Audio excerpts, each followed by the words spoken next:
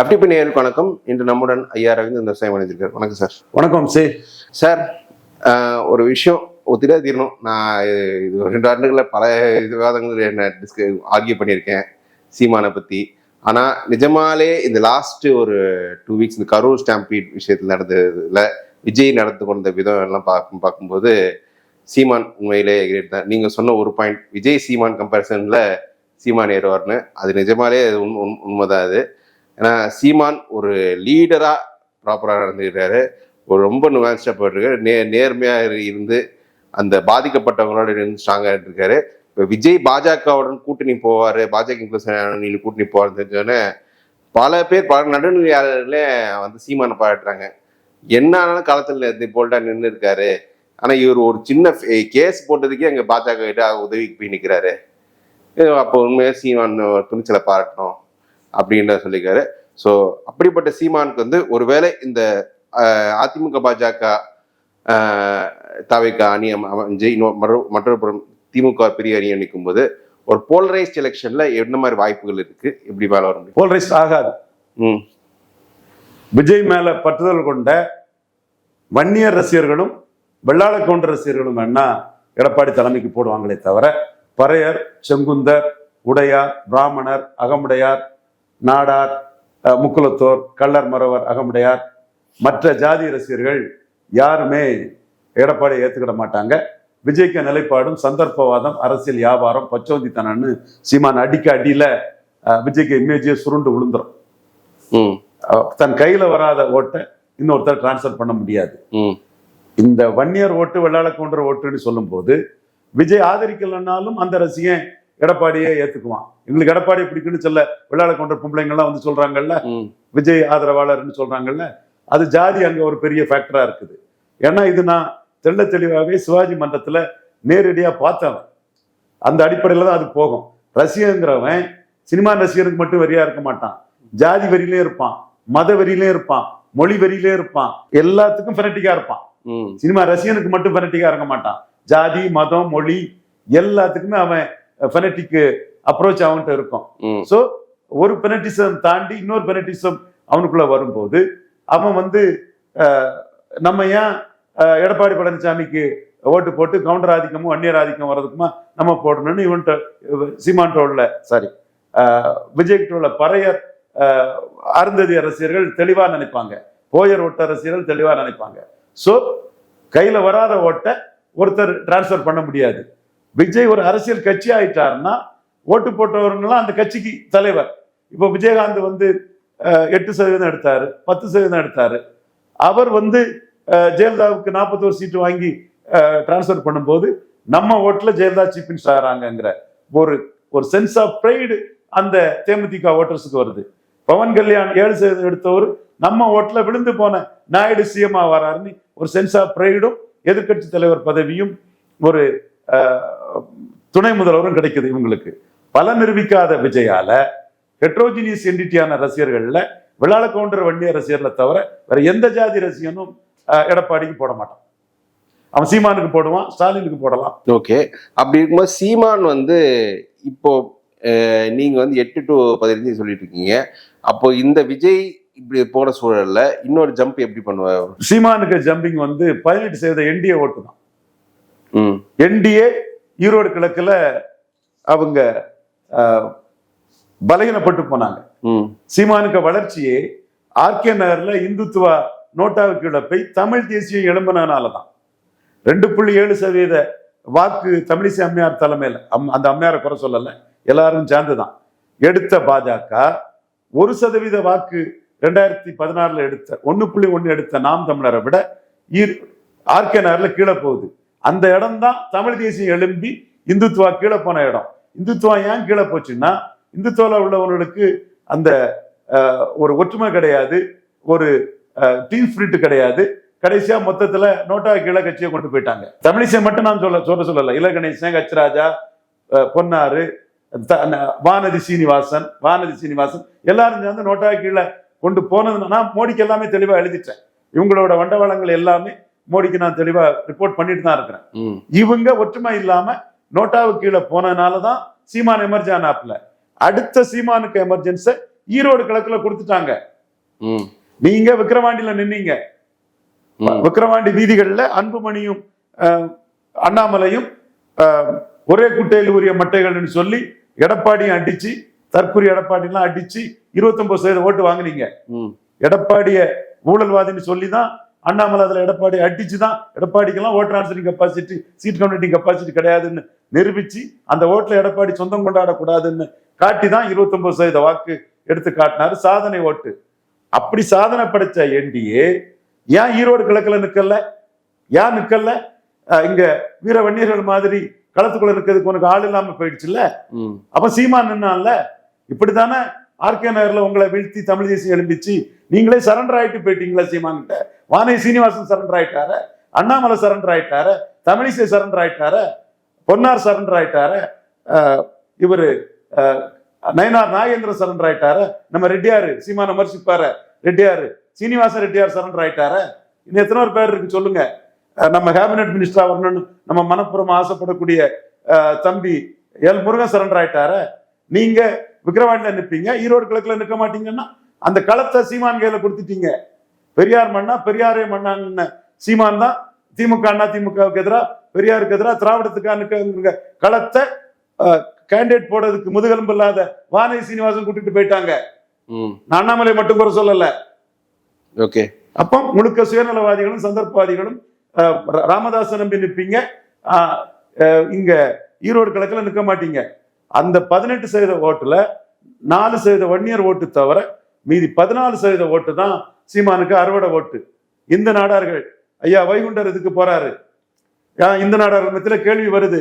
மாநில தலைவர் நயனார் நாகேந்திரன் ஐயா பசுமன் முத்துராமலிங்க தேவருக்கு பாரதத்தை கேட்கிறாரு. ஏன் தாழ்லிங்க நாடாருக்கு கேட்கல? இந்துத்துவாக்க நின்ன தாழ்லிங்க நாடாருக்கு ஏன் கேட்கலன்னு மோடிக்கு வாக்களிச்ச இந்த நாடார்கள் மத்தியில மாநில பாஜக தலைவர் நயனார் நாகேந்திரனை பற்றிய விமர்சனங்கள், முணுமுணுப்புகள் எழுது. தேவேந்திர குல வேளாளர்கள் பட்டியல் வெளியேற்றத்தை ஏன் பண்ணி தரலன்னு மோடிக்கு வாக்களித்த தேவேந்திர குல வேளாளர்கள் சீமானை நோக்கி நகர்றாங்க. மதுரை ஏர்போர்ட் பிரச்சனை, பாரதத்னா பிரச்சனை, பிராமணர்களே சொல்றாங்க. ரங்கராஜ் பாண்டே தன்னோட வெப்பு வளர்ச்சிக்காக நிற்கக்கூடிய ஒரு பிராமணர். ஒருவேளை ஒரு பீகாரி பிராமணர்னால சீமான் மேல ஒரு மண்மம் கூட இருக்கலாம். சாதாரண பிராமணர்கள் சீமான் அண்ணா தான் பாரதியாருக்கு பாரதத்னா வேணும்னு கேட்கிறாங்கன்னு சேலம் பாலசுப்ரமணியன்ல இருந்து, ஸ்ரேயா ஸ்ரீதர்ல இருந்து, அஜய் ஆனந்த்ல இருந்து, பாலக்காட்டு பிராமணர்கள்ல இருந்து, பெங்களூர் பிராமணர்கள் வர, சேத் பிராமணர்கள் வர எனக்கு வேண்டிய பிராமணர்கள் வந்து சீமான் தான்னு சொல்றாங்க. சோ மாற்றம் தான் பிராமணர்கள் அண்ணாமலைக்காக தான் மோடிக்கு பிரதமர் இருக்கிறதுக்கே வாக்களிச்சாங்க. அவங்க வாக்கு 5 பிராமணர்களை சீமான் கேண்டிடேட் போடுறதும் பாரதியாருக்கு பாரதத்னா கேட்கறதுலையும் பெரிய அளவு வர்றதுக்கு வாய்ப்பு இருக்குது. எடப்பாடி பழனிசாமி அணிய மிகப்பெரிய அளவு எடப்பாடி பழனிசாமி லீடர்ஷிப்பை சீமான் பலகீனப்படுத்துவார். இந்த 7.1 எடப்பாடி பழனிசாமியை பலகீனப்படுத்தி தான் சீமான் வந்திருக்கிறாரு. இது திமுக வேண்டாம் அண்ணா திமுக வேண்டாம்னு ஓட்டல்ல. எடப்பாடி பழனிசாமியின் 2 ஜாதி ஆதிக்கத்துக்கு எதிரான நான் பெனிஃபிஷரி காஸ்டுகள், சவுக்கு சங்கர் மறைக்கலாம், ரங்கராஜ் பாண்டே மறைக்கலாம். அந்த சமூகங்களுக்கு தெரியும் சீமான் எழும்பினாதான் நாம எழும்பி வளர முடியும். இவனுக்கெல்லாம் கவலை இல்லை. அந்த 13 பேர்களுக்கு சமூக நீதியை சீமான் தான் நிலைநாட்ட முடியும். பறையர் தேவேந்திர குல வேளாளர்களுக்கு 5% உயர்த்தி கொடுக்கணும்னு சீமான் சொல்றாரு. சவுக்கு தேவேந்திர குல வேளாளர்னு சொன்னாரு. அவர் சமூகம் உண்மையா இருந்தா அவர் சமூக மக்கள் மத்தியில கேட்டு பாருங்க சீமானுக்கு ஆதரவு எப்படி இருக்குது. மோடிக்கு ஓட்டு போட்ட தேவேந்திர குல வேளாளர்கள் எங்களுக்கு ஒரு கண் மோடி இன்னொரு கண் சீமான்னு சொல்றான். பட்டியல் வெளியேற்றது சீமான் தான் கேட்கிறாரு. பலர்களே பாண்டியர்கள் சீமான் தான் சொல்றாரு. தேவேந்திர குல வேளாளர் எவன் வேளாளர்னு கேட்கிறாரு. பொது தொகுதியில தேவேந்திர குல வேளாளர்களை நிறுத்துறாரு. பிரச்சனைகளை வந்தாலும் பசுமோனுக்கு சென்று வராரு. சோ அடுத்தபடியா முக்குலத்தோர் ஓட்டு. முக்குலத்தோர் எடப்பாடிக்கு எதிராக இருக்காப்புல. சசிகலா, தினகரன், ஓபிஎஸ் 3 வரையும் நீக்கத்துக்காக எதிராக இருக்காங்க. இதை சரி கட்டதுக்கு தேவருக்கு பாரதத்னா, தாளிங்க நாடாருக்கு கேட்கிறாங்க, வஉசி கேட்கிறாங்க, பாரதியாருக்கும் கேட்கிறாங்க. அடுத்து மதுரை ஏர்போர்ட்டுக்கு தேவர் பேரு, அது இமானுவேல் சேகரன் பேர் அங்க இருக்கு. அப்ப இமானுவேல் சேகரன் சமூகத்தை எடப்பாடி உதாசீனப்படுத்துறாரு. எந்த தேவேந்திர குல வேளாளர் எடப்பாடி பழனிசாமிக்கு நம்ம ஓட்ட போடுவாங்க? அடுத்து இதுல சீமானே இதுல கேட்கிறாரு. 4.5 வருஷம் மோடி கூட பாஜக கூட இருக்கும்போது ஏர்போர்ட்டுக்கு பேர் வைக்க இவர் என்ன பண்ணாரு? பாரத ரத்னாவுக்கு என்ன பண்ணாரு? சசிகலா, தினகரன், ஓபிஎஸ்க்காக இதை பண்றாருன்னு தென் மாவட்டம் சுத்தம் எடப்பாடிக்கு. சோ இந்த எடப்பாடி தலைமையை பலகீனப்படுத்தி தான் சீமான் வளர்றாரு. அடுத்து விக்கிரவாண்டி சீமான் நின்னாரு, ஜாதிவாரி கணக்கெடுப்பு நடத்தி தான் இடஒதுக்கீடு கொடுக்கணும்னாரு. எடப்பாடி 10.5 கேட்டு நாம் தமிழ் இவங்க பாமக நிற்பாங்க, இதற்கு பதில் சொல்ல முடியாமலே களத்தை விட்டு ஓடிட்டாரு. அப்போ ஒன்னையாட அடிக்க சொன்னேன், பரையதான அடிக்க சொன்னு சீமான் தெளிவா நிற்கிறாரு. ஆனந்த கோனேரிக்கு கோன் கோட்டர்ன்னு சீமான் தெளிவா நிற்கிறாரு. நீங்க மராட்டி கோட்டர்ன்னு மத்திய அரசு மாநில அரசு சொல்றது தவறுன்னு சொல்றாரு. அதை ஏற்று சொல்லக்கூடியவங்ககிட்ட அப்பம் பேசாம இருந்துகிட்டு நான் கோன் கோட்டர்ன்னு சொல்லும் போது மட்டும் ஏன் குறுக்க வராங்கிறாப்புல. அப்போ யாதவ சமுதாயம் மோடி பிரதமர் வாக்களிச்சவங்க சீமானுக்கு வாக்களிக்க தயாரா இருக்கிறாங்க. நான் வன்னியர்கள், நான் வெள்ளாள கவுண்டர்கள் சீமானுக்கு வாக்களிக்க தயாரா இருக்கிறாங்க. சமூக நீதி புரட்சி நடக்குது. கன்ஷிராம் நிதிஷ்குமார் ஸ்டைல்ல சீமானுங்க வளர்ந்துட்டு இருக்கிறாரு. எடப்பாடியை மிகப்பெரிய அளவுல பலகீனப்படுத்துவாரு. நிலைப்பாட்டுல இருந்து மாறின எடப்பாடியை பலகீனப்படுத்துவாரு. 2024 பாஜகவும் காங்கிரசும் தமிழ்நாட்டுக்கு தேவையில்லாத ஆணினாரு. அந்த நிலைப்பாட்டுல இருந்து எடப்பாடி மாறி இருக்கிறாரு. இதனால பலகீனப்படுத்துவாரு. இது அவ்வளவும் உண்மை என்பதை மனச்சாட்சி இருந்தா சூப்பர் ஸ்டார் சவுக்கு சங்கரும் என் தம்பி ரங்கராஜ் பாண்டே ஒத்துக்குவாங்க. உங்களுக்கு வேற வன்மம் காழ்ப்புணர்ச்சி வேற ரீசன்ஸ் இருந்தா ஒத்துக்க மாட்டீங்க. அவ்வளவு நான் சொல்றது உண்மை. சொல்லி அடிப்பாரு சீமான், எடப்பாடியை பெரிய அளவுல பலகீனப்படுத்துவாரு. ஈர்ப்பு சக்தியற்ற எடப்பாடி பழனிசாமி தலைமையை பலகீனப்படுத்தி தான் நான் பெனிஃபிஷரி காஸ்ட் ஆஃப் ஏடிஎம்கே கையில எடுத்துதான், அதிமுகவின் எடப்பாடியின் ரெட்டலையில பலன் இல்லாத ஜாதிகளை கையில எடுத்துதான், அதிமுக எடப்பாடி ரெட்டலைக்கு எதிரான முக்குளத்தோர் போன்ற ஜாதிகளை கையில எடுத்துதான் சீமான் நான் என்னோட டார்கெட் படி 17% வாக்கு வர 2026 வருவாரு. பலகீனப்பட போறது எடப்பாடி பழனிசாமி லீடர்ஷிப். 2 ஜாதி ஆதிக்கத்தெல்லாம் விஜய் வந்தாலும் தூக்கி நிறுத்த முடியாது, ரஜினிகாந்த் வந்தாலும் தூக்கி நிறுத்த முடியாது, அஜித் வந்தாலும் தூக்கி நிறுத்த முடியாது, யார் வந்தாலும் தூக்கி நிறுத்த முடியாது. இல்ல இப்போ சீமான் மீது ஒரு விமர்சனம் என்னன்னா, அவர் இந்த இஷ்யூல ரொம்பவே ப்ரோ டிஎம்கே, ஸ்டாலினை சந்திச்சு வந்தப்ப ரொம்பவே ப்ரோ டிஎம்கே பண்ற ஆட்கள்லாம். இப்ப சாட்டை துறைமுகம்லாம் இந்த கரூர் விஷயத்துல தாவேக்கா ஒரு கடுமையாக விமர்சிச்சிருக்க வீடியோஸ் போட்டுட்டு இருக்காரு. இடுமாவனம் கார்த்தி அப்படிதான் சொல்லிட்டு இருக்காரு. ஸோ அப்புறம் ஒரு என்டிகே திமுக எதிர்ப்புல கொஞ்சம் மென்மை அடைஞ்சிருக்கு ஸ்டாலின் சந்திப்புக்கு பிறகு அப்படின்ற விமர்சனம் வருது. நான் ரஜினிகாந்தும் நானும் அண்ணனும் சந்திச்சுட்டு வரும்போது என்னெல்லாம் எழுதுனாங்க, அது அவர் சொன்ன சங்கி என்றால் சகத்தோழன் அவர் சொன்னது என்னெல்லாம் எழுதுனாங்க. சோ சங்கி என்றால் சகத்தோழன்னு சொன்னதுதான் எடப்பாடி பாஜக சரண்டானாரு. ரவீந்திரன் துரைசாமி மோடிக்காக எடப்பாடிக்கு 20% கொண்டு வந்தான். தமிழ்நாடு பாஜக உள்ள ஒத்த பேர் அதை கொண்டு வரல. நான் பண்ண சாதனை, மோடிக்காக பண்ண சாதனை அடிச்சு சொல்லுவேன், மோடி கிட்ட கிளைம் பண்ணுவேன். இதுதான் சாதனை. ஏன்னா ஏன் சொல்றேன்னா, எனக்கு எதிராக எக்கச்சக்க மெயில் பாஜக லீடர்ஸ் பிஎம்ஓக்கு அடிச்சு தள்ளுறாங்க. அங்க நம்ம ஆட்கள் வராங்க, எப்பா இவ்வளவு எதிரி உனக்கு இருக்கானு சொல்றாப்புல. நான் மோடிக்காக நிற்பேன், அவன் சுயநலத்துக்காக நிற்பான்னு நான் திருப்பி சொல்றேன். மோடிக்காக இந்த அரசியலை நான் பண்ணனாலதான் பார்லிமெண்ட்ல கதவு திறந்திருக்கு, ஜன்னல் திறந்திருக்குன்னு சொன்னும் போதே வராத எடப்பாடி பழனிசாமி பாஜக வந்திருக்காருன்னா அதுதான் காரணம். பட் அன்னைக்கு சீமான் பாஜக ஆளுன்னு சொன்னாங்க. இன்னைக்கு ஸ்டாலின் மேட்டர்ல நாயுடு பேர்ல பாலம் வைப்பீங்க, முத்துராமலிங்க தேவர் பேரை எடுப்பீங்கன்னு சீமான் சொல்றாரு. ஸோ இந்த இடத்துல சீமான் வர்சஸ் ஸ்டாலின் தான். டாஸ்மார்க்கு வேண்டாம், கல்லு வேணுங்கிறாரு. இந்த இடத்துலயும் சீமான் வர்சஸ் ஸ்டாலின் தான். இலவசங்கள் நாட்டுக்கு கேடுன்னு சொல்றாரு. இந்த இடத்திலும் ப்ரோ இலவச மாட்டு இன்னைக்கு பிரிபிஸுக்கான ஓட்டு எம்ஜிஆர் கொடுத்த மாதிரி ஸ்டாலின் தான் உள்ள போகுது. தெலுங்கு தாய்மொழி மக்கள் ஓட்டு ஸ்டாலின் தான் கன்சாலிடேட் ஆக போகுது. சீமான் அதுல திருப்பூர் குமரன், செங்குந்தர், தீரன் சின்னமலை கவுண்டர், கொங்கு வேளாளர் இப்படின்னு தமிழ் ஜாதிகள் ஓட்டுக்காக போல்ரைஸ் பண்ணி அதை எடுக்க சீமான் இருக்கிறாரு. அருந்ததியர் உள்ஒதுக்கீட்டுல அருந்ததியருக்காகத்தான் என்னென்னலாம் பண்ணும், எவ்வளவு நன்மைன்னு தான் ஈரோடு கிழக்குல திமுகவே களமாடிச்சு தமிழ்நாடு ஃபுல்லா அருந்ததியர் ஓட்டை கன்சாலிடேட் பண்ணாங்க. சீமான் பரையர் தேவேந்திர குல வேளாளருக்கு 5% உயர்த்தி கொடுக்கணும்னு அதுல பரையர் தேவேந்திர குல வேளாளர் ஓட்டை சீமான் அதுல கார்னர் பண்ண வராரு. திராவிடமா தமிழ் தேசியமாங்கிறது ஸ்டாலின் வர்சஸ் சீமான் தான். ஈரோடு கிழக்குல நடந்தது ஸ்டாலின் வர்சஸ் சீமான் தான். களத்தை விட்டு ஓடிட்டாரு. பின்னங்கால் பரடிப்பட சீமானுக்கும் தனக்கும் பெரிய வித்தியாசம் இருக்காதுன்னு ஐயா எடப்பாடி பழனிசாமி. விஜய் பேரம் பேச முடியாதுன்னு களத்துக்குள்ளே வரல. ஸோ என்டிஏ வேற களத்தை விட்டு ஓடிட்டாங்க.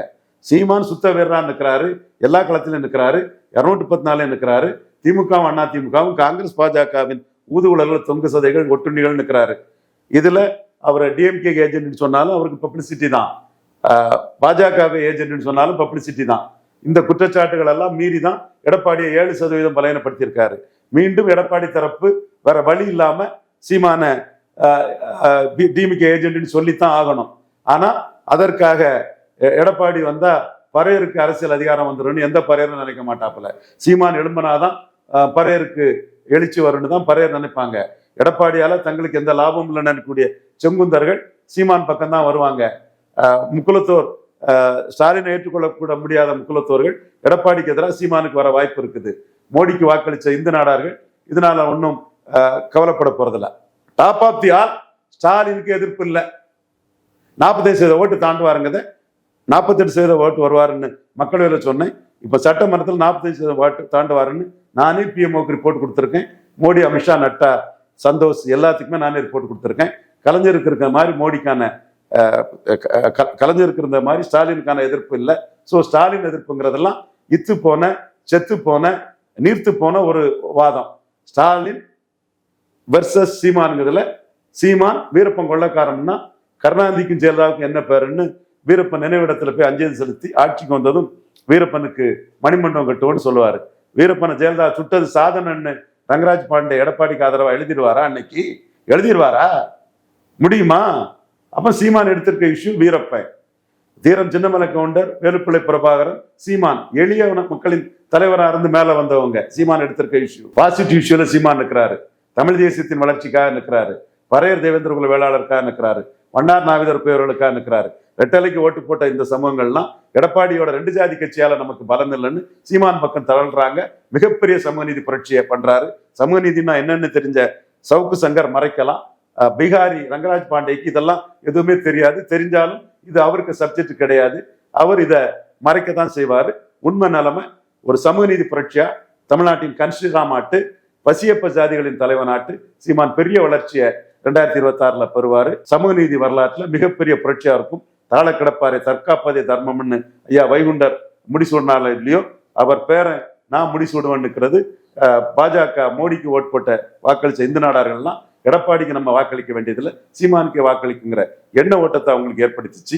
இப்படி மோடிக்கு வாக்களித்த 18% வாக்காளர்கள்ல பெரும் பகுதி ஈரோடு கிழக்குல என்டிஏ கோட்டை விட்டதுனால சீமானுக்கு வருது. இது எடப்பாடியை பலகீனப்படுத்தி சீமானுக்கு அடுத்த கட்ட வளர்ச்சியும் பெரிய அளவுல 26 இருக்கும். இதை எவன் ஊசிய நாட்டு தலைகளை நின்று என்ன சொன்னாலும் தடுக்க முடியாது. அந்த சமூகங்கள் சீமான் வளர்ச்சியில தான் நமக்கு அரசியல் அதிகாரம். நம்ம அதிகாரத்தை 2 ஜாதி கிட்ட போய் மண்டியிடாண்டான்னு எல்லாரும் தெளிவா உணர்றாங்க. இன்னும் களத்துக்குள்ள போய் நானும் அதை செய்ய இருக்கிறேன். இப்ப களம் அமையதில்லை, அமையும் போது இன்னும் நிறைய விஷயங்களை சொல்றேன். களத்துக்குள்ள போய் அதை செய்ய இருக்கிறேன். தம்பி மிதுன் பழனிசாமி ஐயர் நாடார் என்ன செய்ய முடியுங்கிறதுக்கு களத்துக்குள்ளே தம்பிக்கு உங்க ஜாதி தங்கள் ஜாதிக்கு பலன் இல்லாத ஜாதிகள் ஓட்ட ரெட்டலைக்கு விழாம என்னால் எப்படி செய்ய முடியுங்கிறத களத்துக்குள்ள நான் செய்வேன். எதுவுமே சொல்லி நேரடியாக செய்யக்கூடியவன் தான். ஸோ இந்த பிஜேபி பிடிஎம்ங்கிற இதுவும் திமுக பிடிஎம்ங்கிறதும் சீமான ஒண்ணுமே செய்யாது. நான் பெனிஃபிஷரி காஸ்ட் ஆஃப் எடப்பாடி தான் சீமானுக்கு பலம். ஓகே சார், இவ்வளோ தூரம் கேள்வி பதில் சொன்ன ரொம்ப நன்றி சார். தேங்க்யூ.